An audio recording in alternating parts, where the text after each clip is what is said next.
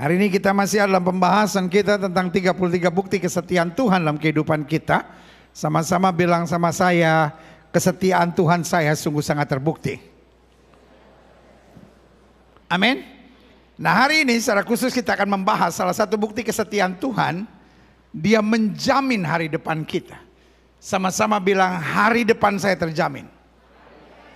Hidup Kristen tidak pernah perlu khawatir. Setan mau kita panik dengan hari depan kita. Karena orang yang panik dengan hari depannya akan coba menghalalkan segala cara dan coba mengisinya dengan kekuatannya sendiri. Tetapi Tuhan kita adalah Tuhan yang menjamin hari depan kita. Amin. Apapun yang terjadi hari ini tidak akan bisa mengubah rancangan Tuhan yang dahsyat dalam hidup kita. Kita boleh disakiti orang, kita boleh dicurangin orang, kita boleh menghadapi kegagalan, tapi Tuhan selalu mampu menghadirkan hari depan yang dahsyat dalam hidup kita.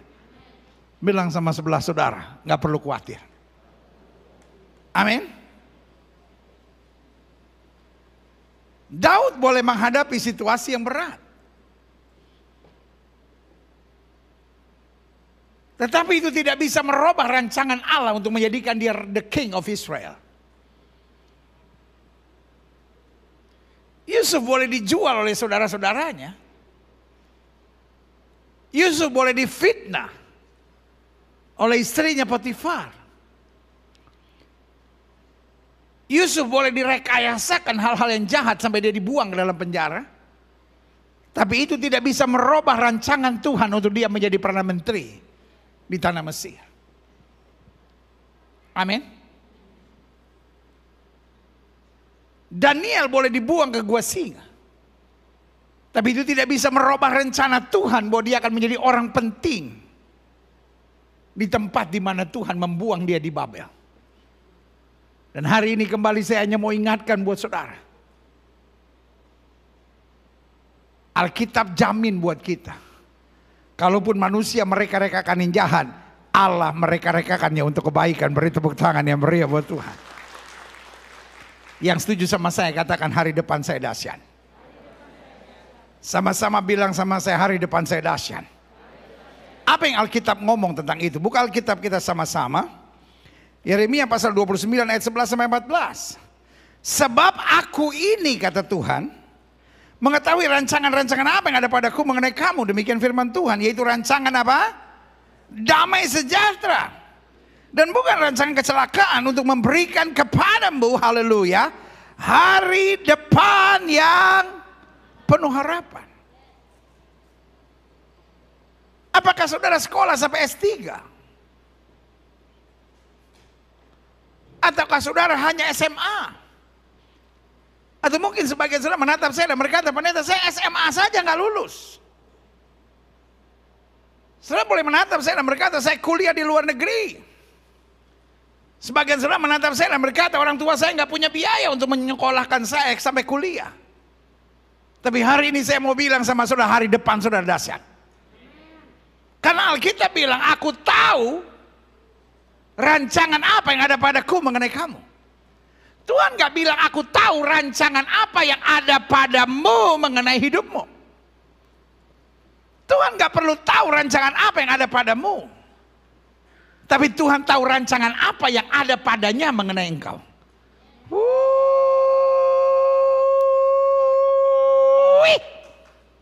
Yeah. Allah merancangkan hal-hal yang dahsyat dalam hidup kita. Amin. Dan rancangan itu bernama damai sejahtera, untuk mendatangkan hari depan yang penuh harapan, kata Alkitab. Dalam Alkitab bahasa Inggris disebut predestined. Dia sudah menetapkan sebelum segala sesuatunya terjadi. Dalam Alkitab bahasa Arab dikatakan Allah sudah mentakdirkan kita hari depan yang penuh harapan. Ada orang tanya sama saya, pendeta, orang Kristen percaya takdir enggak? Saya percaya takdir. Karena Alkitab ngomong tentang takdir. Saya ditakdirkan untuk memiliki hari depan yang penuh harapan. takdir yang kita percaya berbeda dengan takdir yang orang dunia percaya. Orang dunia percaya takdir yang aneh-aneh. Ya gimana ya pendeta? Saya juga tahu pendeta kawin cerai nggak boleh. Tapi siapa sih yang bisa ngelawan takdir? Kalau saya ditakdirkan untuk kawin cerai, saya mau bikin apa? Itu bukan takdir, genit. Aduh pendeta, siapa sih wanita yang pengen jadi istri piaraan pendeta? Saya juga nggak pengen pendeta. Tapi kalau takdir saya memang udah begitu, ya saya mau ngelawan gimana pendeta? Itu bukan takdir, itu namanya pelakor. Ya kor ya? Iya kan? Ada orang-orang yang bilang, ya pendeta, siapa sih yang mau hamil di luar nikah pendeta? Tapi kalau memang kita ditakdirkan untuk hamil di luar nikah, yang mau bikin apa? Itu bukan takdir, ngaco.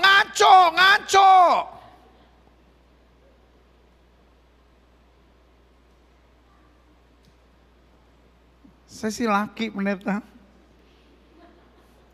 Tapi suka laki juga.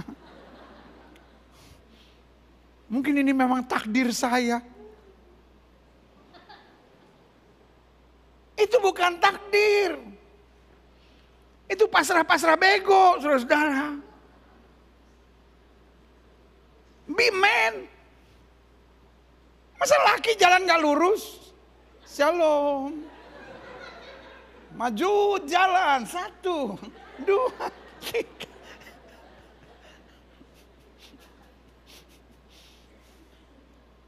No, takdir Tuhan, engkau memiliki hari depan yang penuh harapan.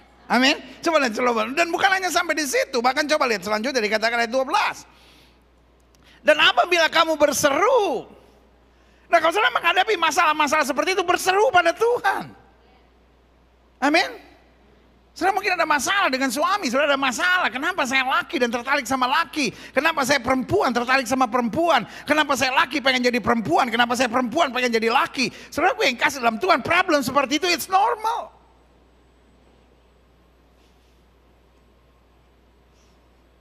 Iya dong, masalah-masalah gitu normal dong.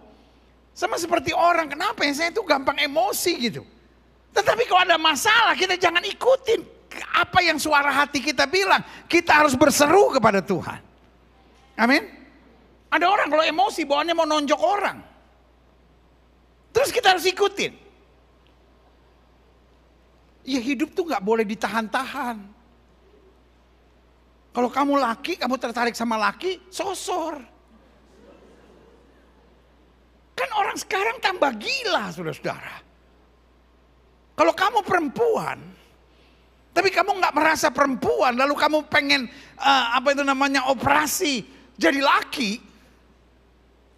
Tapi saya ketemu banyak orang yang udah jadi laki, pengen jadi perempuan lagi. Orang seperti itu bukan harus diikuti, tapi harus bertobat.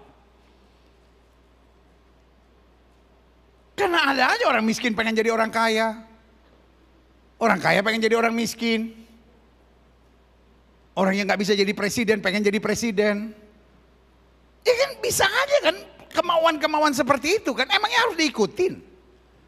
Bilang sama sebelah saudara, sadar. Kalau semua yang ada dalam kemauan kita harus kita ikutin. Coba lagu bilang apa?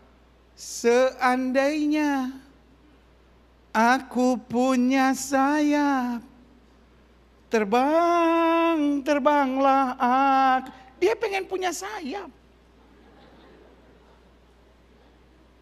Mendaratnya di mana?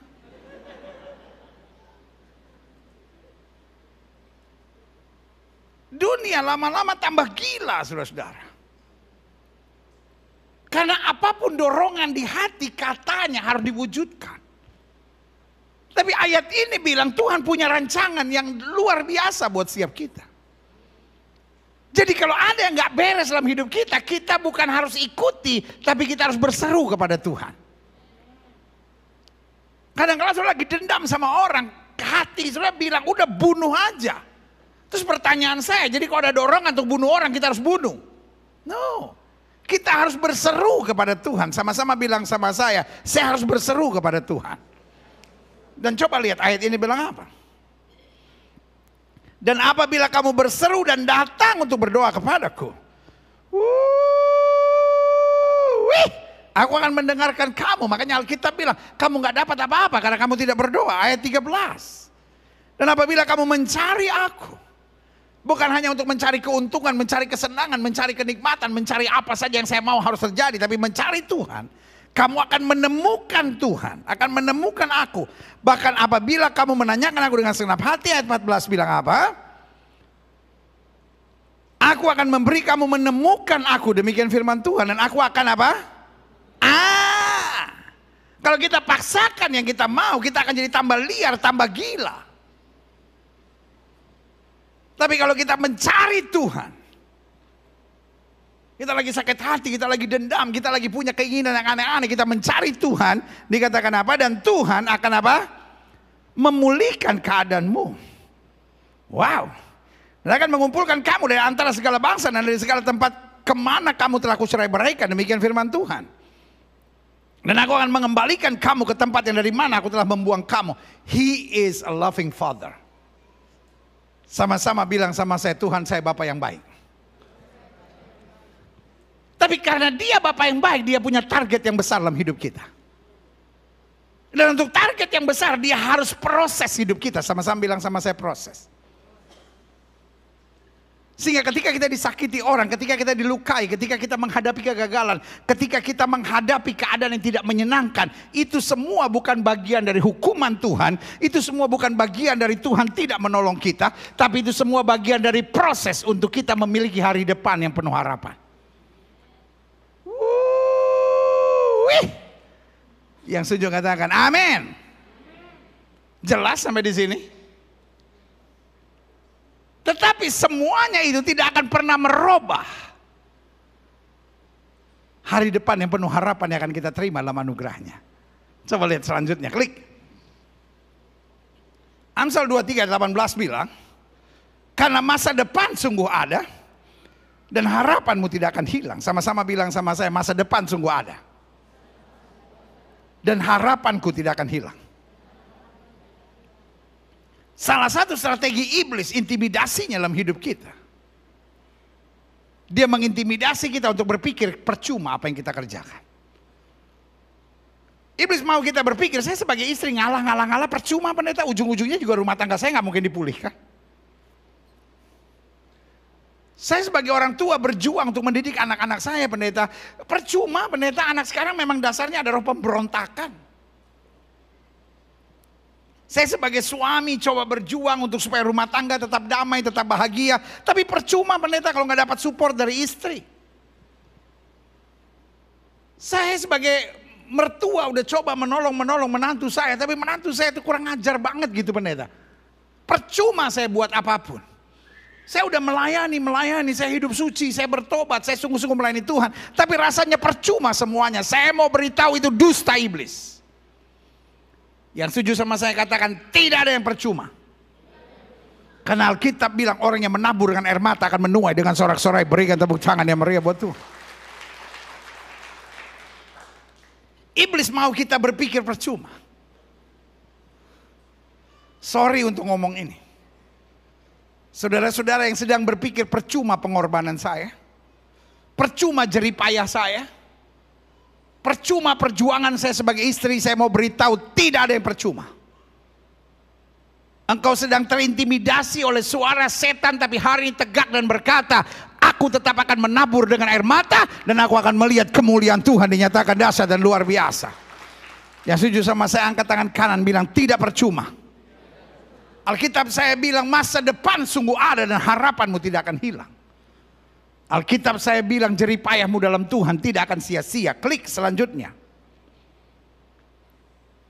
Yeremia 31:17 bilang masih ada harapan untuk hari depanmu. Demikian firman Tuhan, anak-anak akan kembali ke daerah mereka. Sama-sama bilang selalu ada harapan. Pertanyaannya, saya masih berseru kepada Tuhan enggak? Saya masih mencari Tuhan enggak?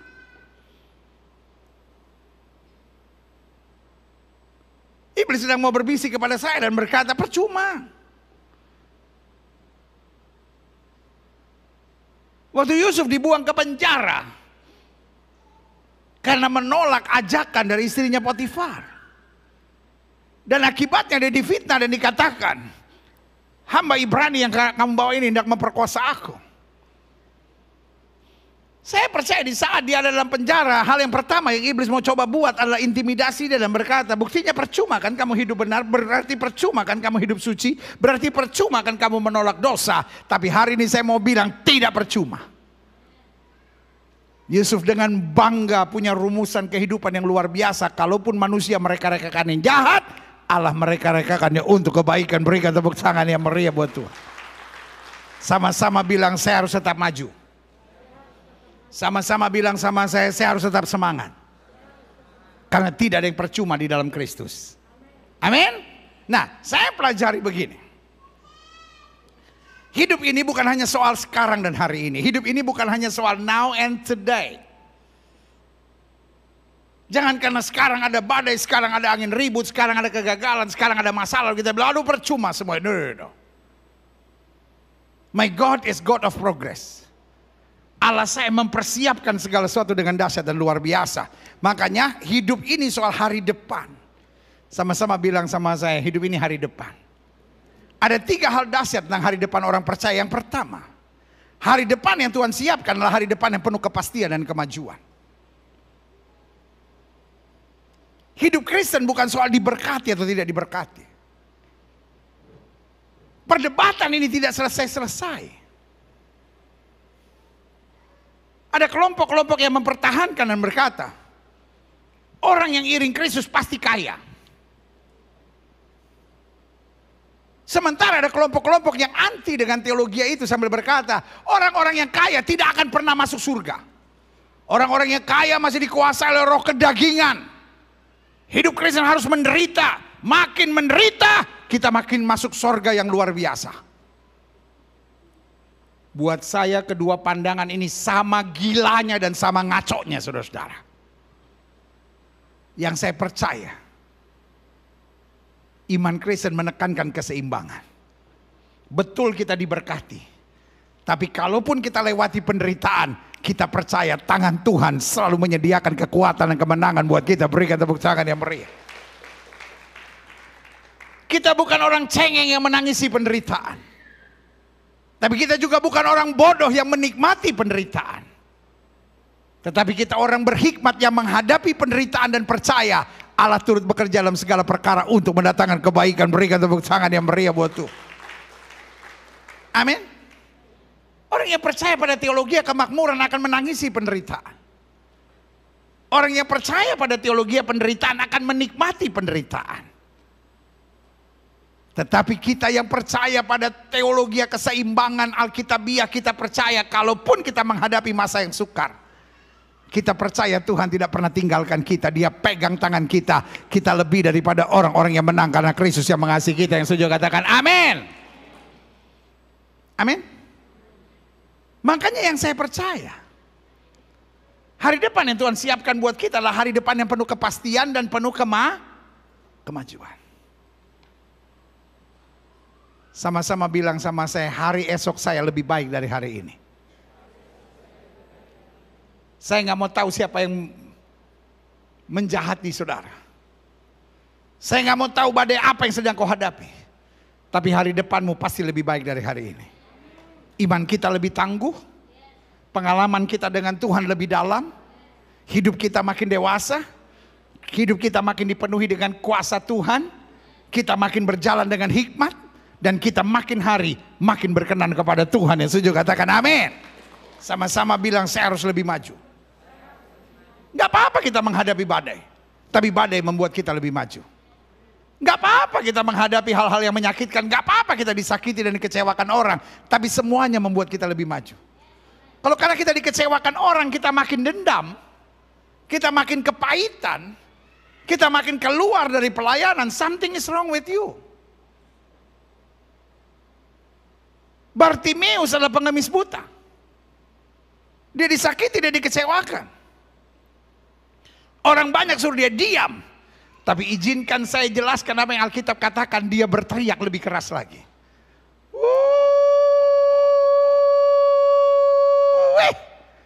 disakiti dan dikecewakan membuat dia lebih semangat melihat anugerah dan kasih karunia Tuhan yang luar biasa. Berikan tepuk tangan yang meriah buat Tuhan.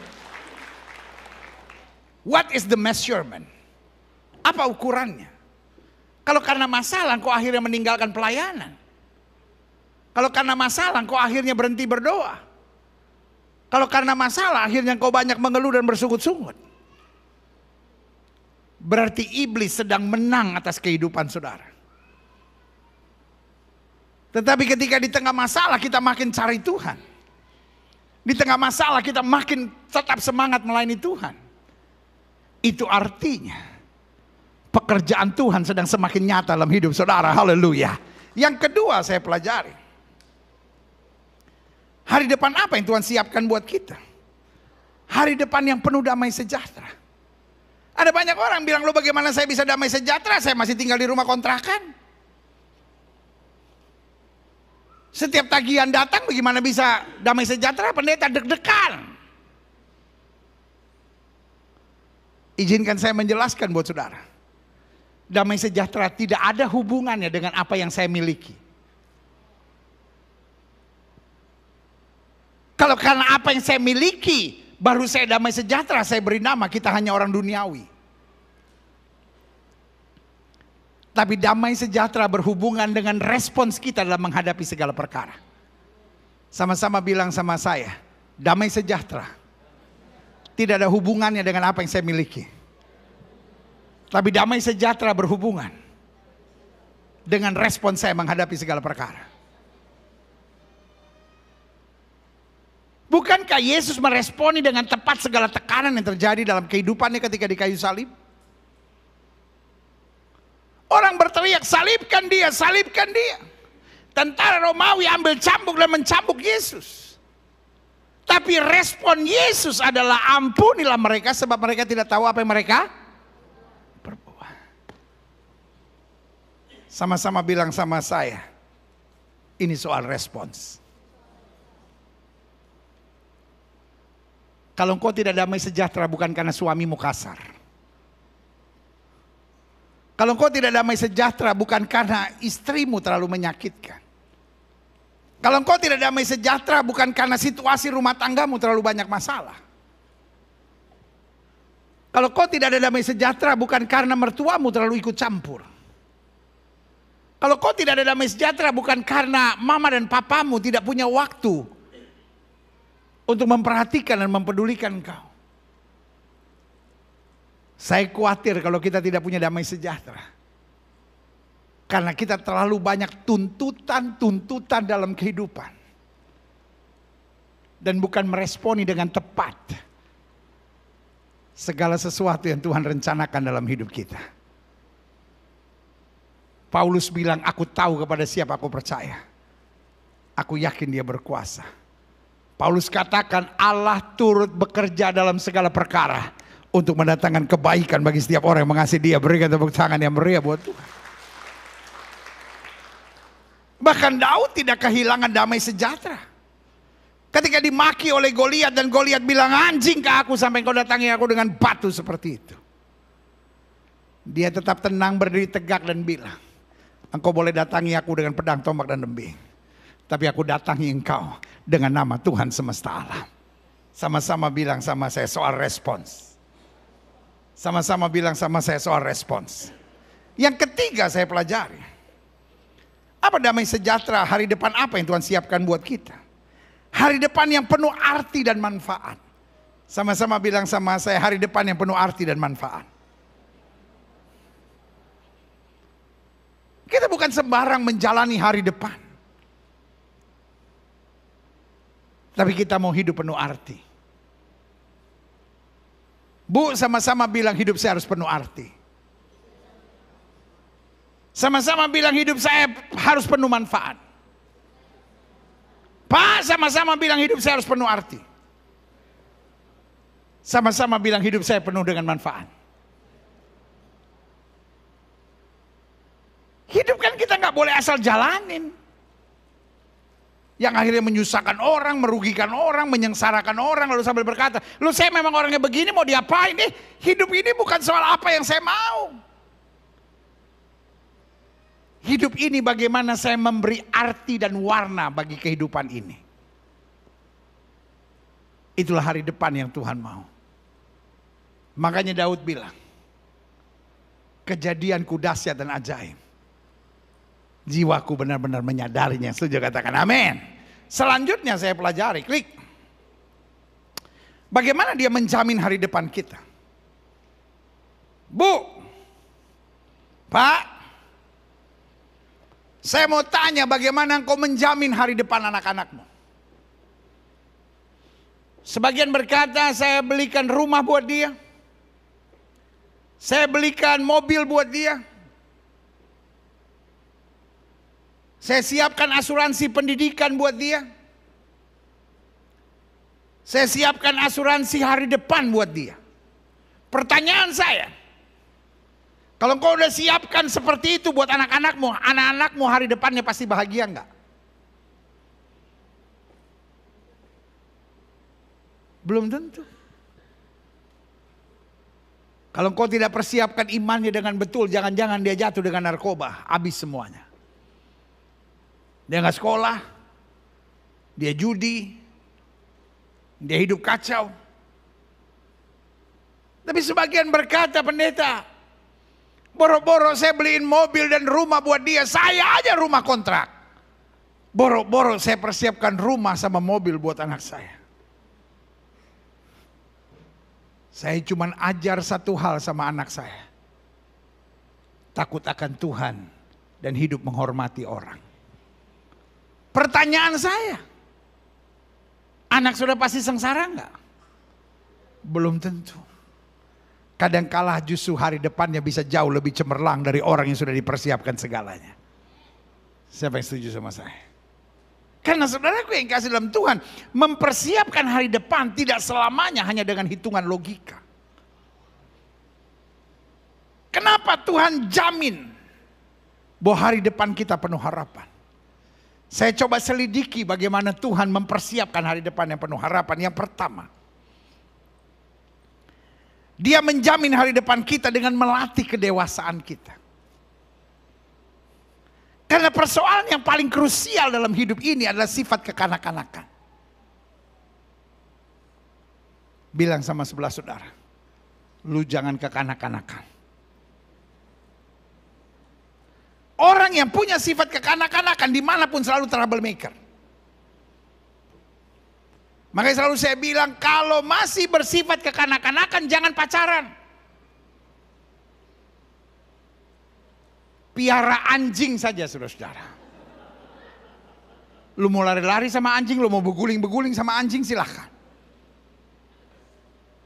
Karena orang yang masih bersifat kekanak-kanakan, kalau pacaran sama orang, dia menyusahin anak orang.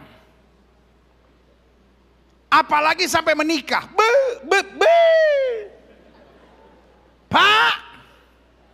Pak, coba bapak-bapak yang punya istri kekanak-kanakan maju ke depan, Pak. Bersaksi betapa menderitanya hidup saudara. Satu-satunya hal baik dari orang yang punya istri kekanak-kanakan adalah dia selalu awet muda. Karena belum umur 50 pasti mati. Gak usah ketawa, Pak. Banyak doa, Pak. Bu, jangan ketawa, Bu. Bentar lagi janda lu. Darah Yesus. Ada ibu-ibu yang lihat saya. Mungkin dia merasa tersindir tuh. Bagus kalau merasa tersindir. Ada orang yang udah kekanak-kanakan gak tersindir malah ketawa. Hatinya dari kardus kali itu.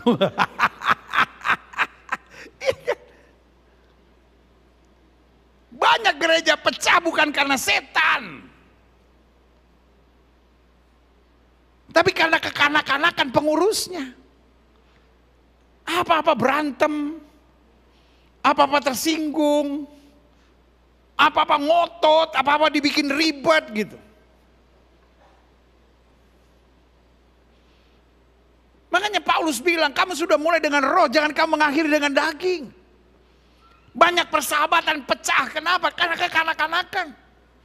Banyak organisasi pecah kenapa? Kekanak-kanakan. Banyak bisnis, banyak usaha, mulainya udah bagus. Tapi sifatnya kekanak-kanakan. Wah, mau merampas, nuntut, memaksakan kehendak. Ujung-ujungnya hancur. I'm your pastor, I love you so much. Saya gembala saudara, saya cinta saudara. Saya cuma sarankan sama saudara. Kalau saudara mau membangun bisnis, saudara mau membangun usaha, jangan hanya mikirin modal. Kalau proposalmu bagus, modal bisa Tuhan kirimkan buat hidup saudara. Jangan karena wah dia punya modal, tapi orangnya kekanak-kanakan, nggak kemana-mana, nggak kemana-mana. Kecuali saudara mau bikin TK.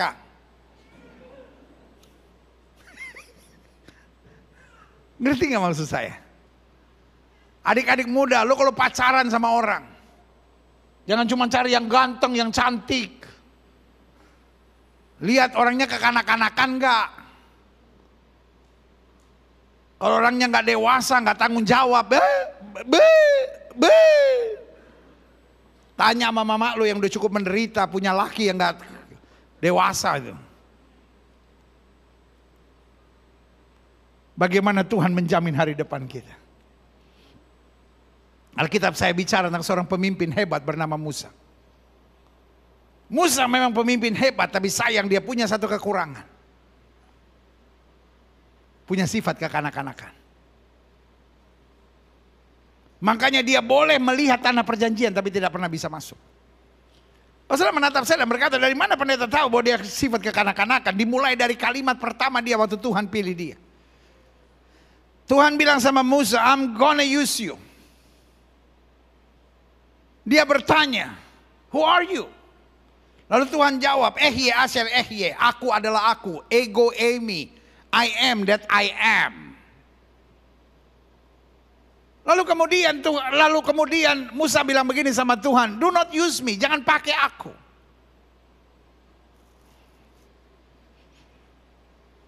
Karena aku tidak pandai bicara. Lalu Tuhan bilang, I'm gonna bless you. Aku akan menyampaikan perkataan kepadamu. Nah itulah orang yang kanak-kanak, ngotot aja saudara-saudara. Merasa diri bener aja, gak mau terima aturan, gak mau terima nasihat, gak mau terima teguran, gak mau terima masukan. Akhirnya Tuhan bilang, I'll do the talk for you. Oh, dia bilang, no, don't use me. Pakai Harun. Tapi kalau sudah lihat banyak masalah terjadi dengan Musa justru karena Harun. Karena yang Tuhan pakai sebetulnya adalah Musa.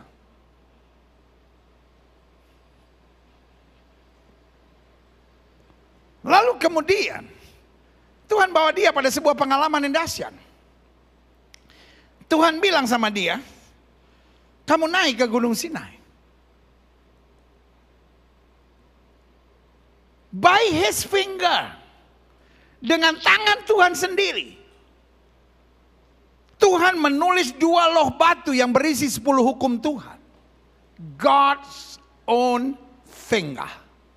Tangan Tuhan sendiri yang tulis. Jari-jari Tuhan sendiri yang tulis. 40 days, Moses on top of the mountain. Musa ada di puncak Gunung Sinai. Tiba-tiba dia turun. Dia lihat Harun sudah memimpin bangsa Israel. Menyembah lembu emas tuangan. Dia yang sudah dapat pengalaman dari Tuhan mestinya harus punya analisa yang tepat. Analisa dengan hikmat. Untuk mengerti situasi dan bertindak dengan tepat. Tapi orang yang bersifat kekanak-kanakan tidak pernah analisa emosi dulu saudara. Judgmental dulu gitu. Pokoknya menghakimi ini nggak benar, ini nggak beres, ini salah, ini nggak beres. Dan saudaraku yang kasih dalam Tuhan, dalam hidup ini kalau analisa salah, kesimpulan kita pasti salah. Dan kalau kesimpulan kita salah, keputusan yang kita ambil sebagai solusi pasti keliru. Ngerti nggak sampai di sini? Sama-sama bilang sama saya, kalau analisa salah, kesimpulan salah. Dan kalau kesimpulan salah, solusinya pasti ngaco. Iya kan? Oh, masalah rumah tangga ini terjadi karena istri saya nggak peduli sama saya. Kesimpulannya, mungkin ada orang lain yang lebih peduli sama saya. Solusinya, selingkuh. Gak usah ketawa Pak, sadar. Orangnya kekanak-kanakan, tidak mau menganalisa secara hikmat Tuhan. Dan akhirnya solusi terakhir, you know what happened? Sesuatu yang begitu berharga, tiba-tiba dipecahkan oleh Musa. Ih, kalau batu itu bisa ngomong, bilang kakak saya salah apa? Tapi orang yang kekanak-kanakan tindakannya betul-betul bodoh. Orang yang sifatnya kekanak-kanakan gak ngerti menghargai. Pokoknya saya emosi, pokoknya begini, pokoknya begini, pokoknya begini. Coba, yang berdosa siapa, yang salah siapa, yang dipecahkan apa? Analisa yang keliru akan menciptakan kesimpulan yang keliru. Dan kesimpulan yang keliru akan menuntun pada solusi-solusi yang bodoh dalam kehidupan. And it's so childish. Itu menunjukkan sifat kekanak-kanakan. Tapi Tuhan masih full of mercy. God gave him a second chance. Tuhan panggil dia naik kembali. Setelah dia bertobat. Tuhan tulis kembali dengan jarinya 2 loh batu. Dengan 10 hukum di dalamnya. Tuhan proses dia selama 40 tahun. Di akhir 40 tahun. Bangsa Israel again complaining to God. Mereka berteriak sama Musa, apa kurang kuburan di Mesir sampai kau biarkan kami mati di padang belantara seperti ini. Musa kembali berseru kepada Tuhan, God, I'm headache with these people. Tuhan bilang, oke, Moses. Kamu lihat gunung batu itu? Tunjuk dengan tongkatmu. Aku akan mengeluarkan air dari gunung batu itu. Tapi dasar kekanak-kanakan. Musa mau menunjukkan bahwa dialah orangnya yang menciptakan air itu. Dia pukul batu itu 2 kali sekeras-kerasnya. Dan Tuhan bilang, enough is enough. Cukup. Kamu melanggar line of honor. Dan Tuhan mulai bilang sama Musa, you know Moses, you can see the land, but you can never enter the land. Musa tidak bisa masuk ke tanah perjanjian. Bukan karena berzina. Bukan karena menyembah berhala. Bukan karena tidak mencintai Tuhan.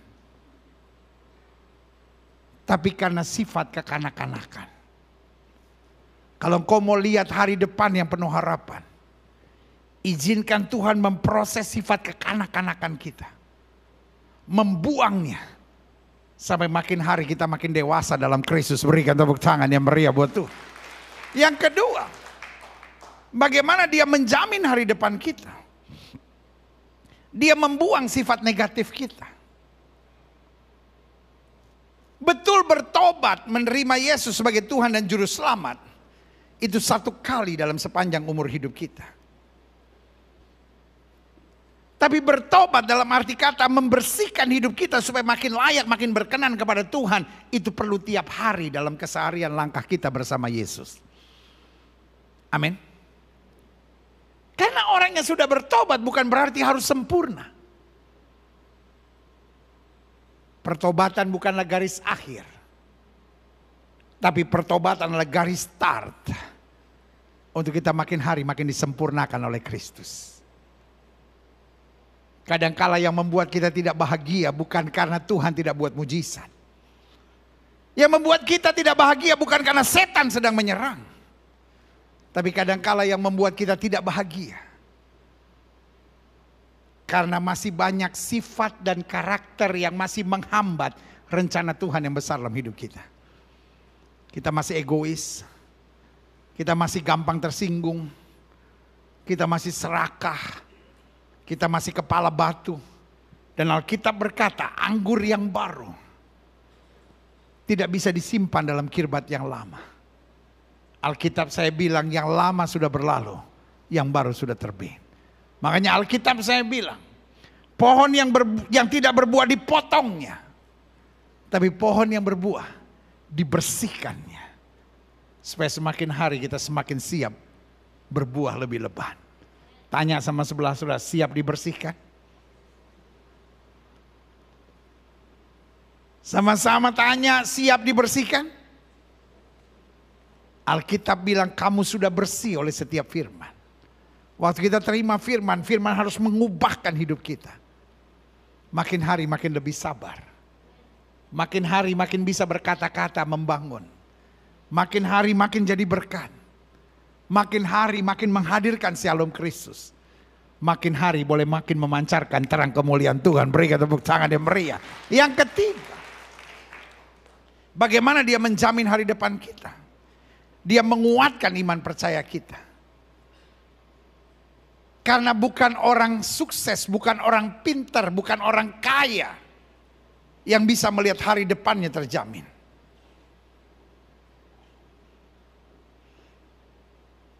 Engkau boleh mempersiapkan apapun untuk hari depanmu, belum tentu hari depanmu terjamin. Saya ketemu orang-orang yang bisa bilang bahwa harta kekayaan saya tidak habis oleh 7 turunan. Tapi borok-borok 7 turunan. Dianya belum mati aja hidupnya udah sengsara. Saya ketemu orang-orang yang berpikir harta kekayaan keluarganya gak mungkin habis sampai 7 turunan.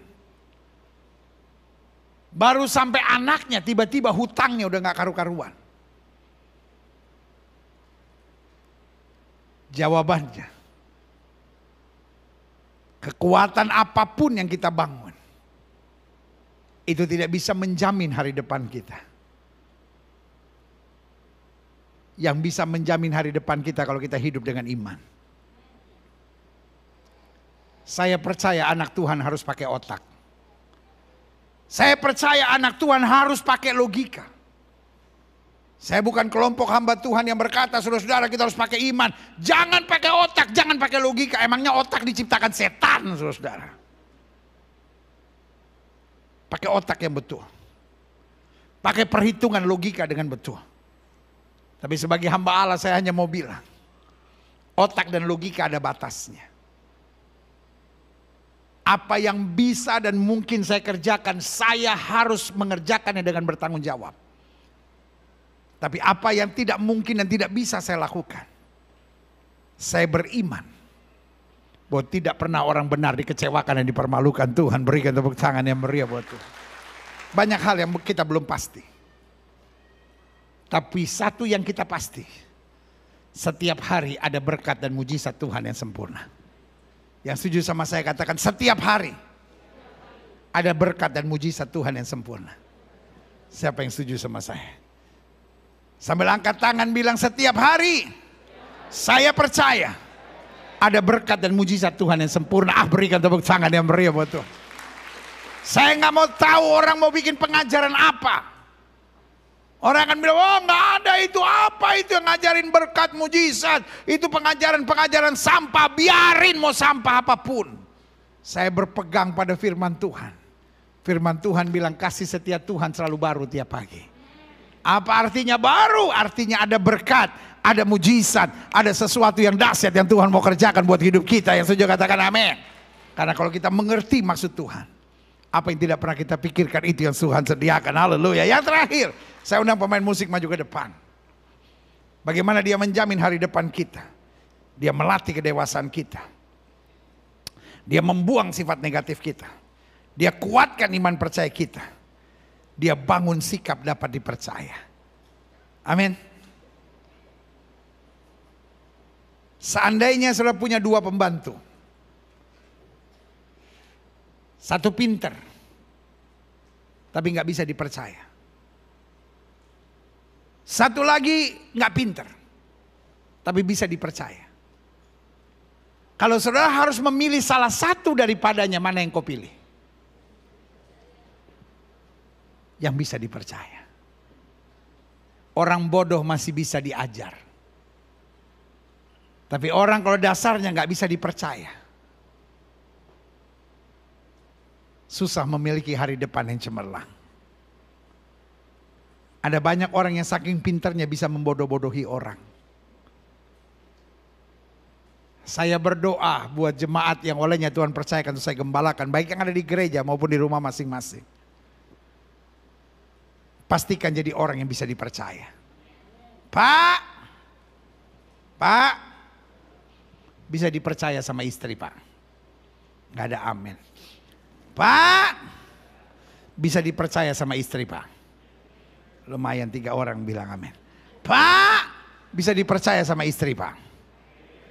Bu, minimal bisa dipercaya sama suami, Bu. Amin. Karyawan-karyawan, pemimpin-pemimpin, adik-adik muda, belajar integritas hidup yang bisa dipercaya. Orang pintar bisa gagal, orang hebat bisa jatuh, tapi orang yang bisa dipercaya, dimanapun ditempatkan Tuhan, selalu akan naik tinggi ke atas, menyatakan kemuliaan Kristus. Berikan tepuk tangan yang meriah. Saya undang kita semua bangkit berdiri. Setiap mata terpejam, setiap kepala tertunduk, setiap hati terangkat pada Tuhan. Siang hari ini Roh Kudus kembali berbicara dalam kehidupan kita. Bahwa Dia sedang mempersiapkan hari depan yang penuh harapan buat kita. Masakan kita melayani Tuhan yang besar, Tuhan yang dahsyat, dan Tuhan yang luar biasa, tapi apa-apa kita tetap khawatir, apa-apa tetap kita panik, apa-apa kita tetap stres. Tidakkah kau tahu bahwa Allahmu itu dahsyat dan luar biasa? Ini waktumu bukan hanya sekedar untuk sadar, tapi ini waktumu untuk bertobat dan menyadari hari depanku dahsyat, hari depanku luar biasa, hari depanku diberkati. Jika itu doamu, taruh tangan kananmu di dada. Tuhan izinkan banyak persoalan dalam hidupmu, karena Tuhan menyiapkan peningkatan yang luar biasa. Tuhan mau bawa hari depan yang penuh dengan damai sejahtera. Damai sejahtera bukan soal apa yang kau mampu rebut dalam hidup ini, tapi bagaimana kau bereaksi dengan tepat akan rencana Tuhan yang besar dalam hidupmu. Sehingga hidupmu memberi arti dan manfaat. Jika itu doamu, taruh tangan kananmu di dada. Sorry untuk bilang ini. Tuhan memang mempersiapkan hari depan yang penuh harapan. Tapi kadangkala persoalan kita terlalu kekanak-kanakan.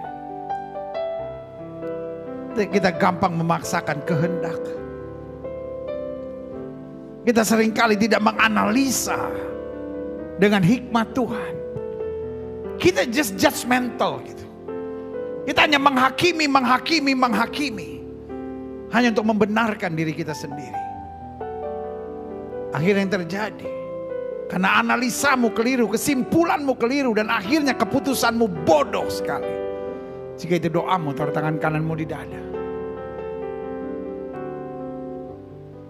Bukan setan terlalu kuat,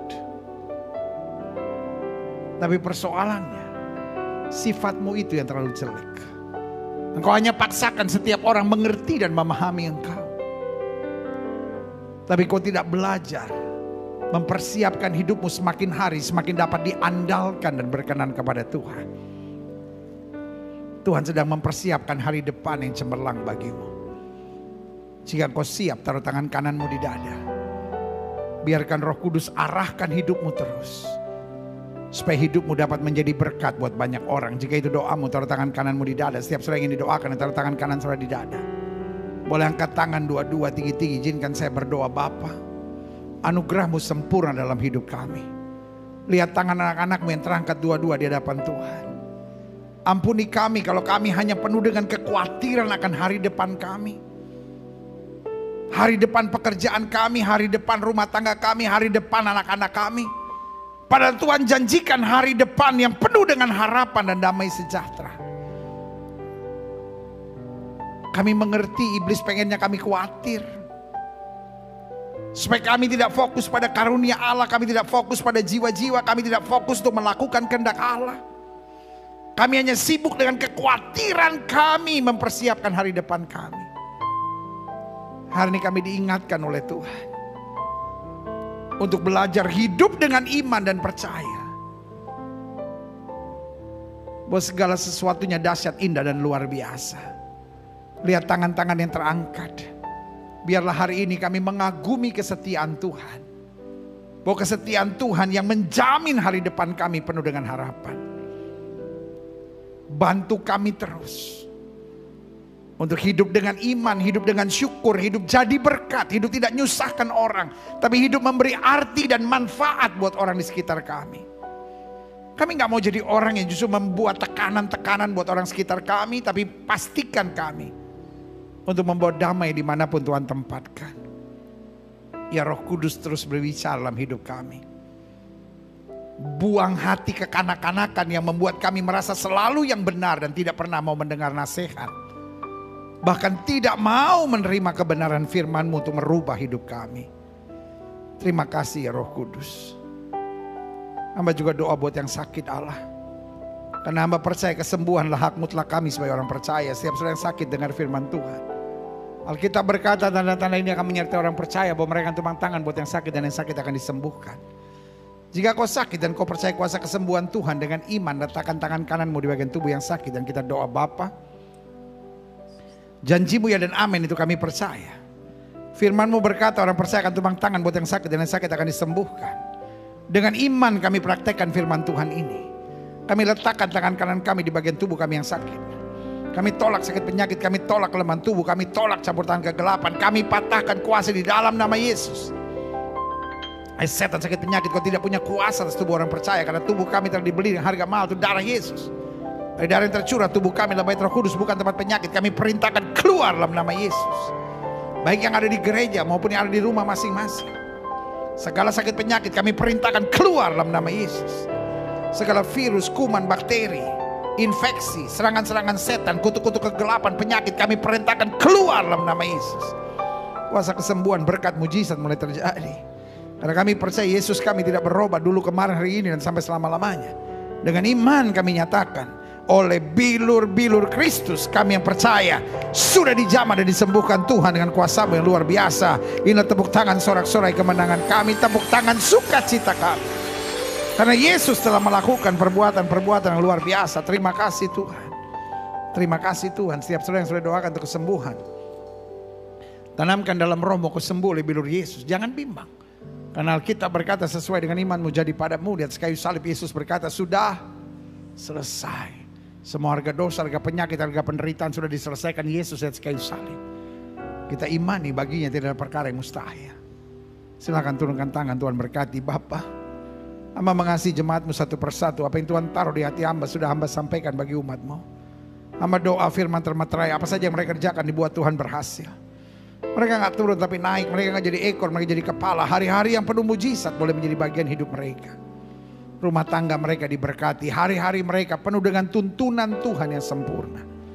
Kami siap menjadi pelaku firman dimanapun Tuhan tempatkan. Yang siap menjadi pelaku firman, sama-sama kita katakan amin. Beri tepuk tangan yang meriah buat Tuhan.